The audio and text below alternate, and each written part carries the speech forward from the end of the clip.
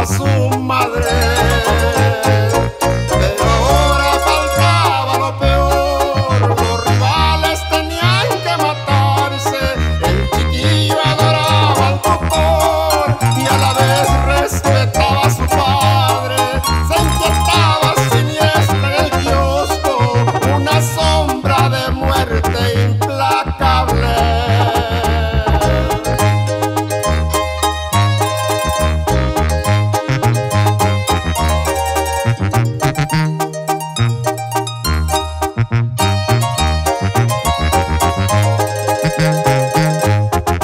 Se apartaron los dos 20 pasos, el tutor en el niño pensaba: a su padre no puedo matar, él tal vez con el tiempo me odiara. Cuando a punto se vio que sacaron, él dejó su pistola enfundada.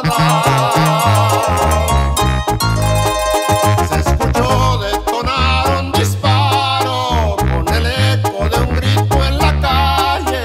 Relincharon también los caballos y un chiquillo se ahogaba en su sangre. Le gritaba el fuereño llorando: hijo mío, ¿por qué te cruzas?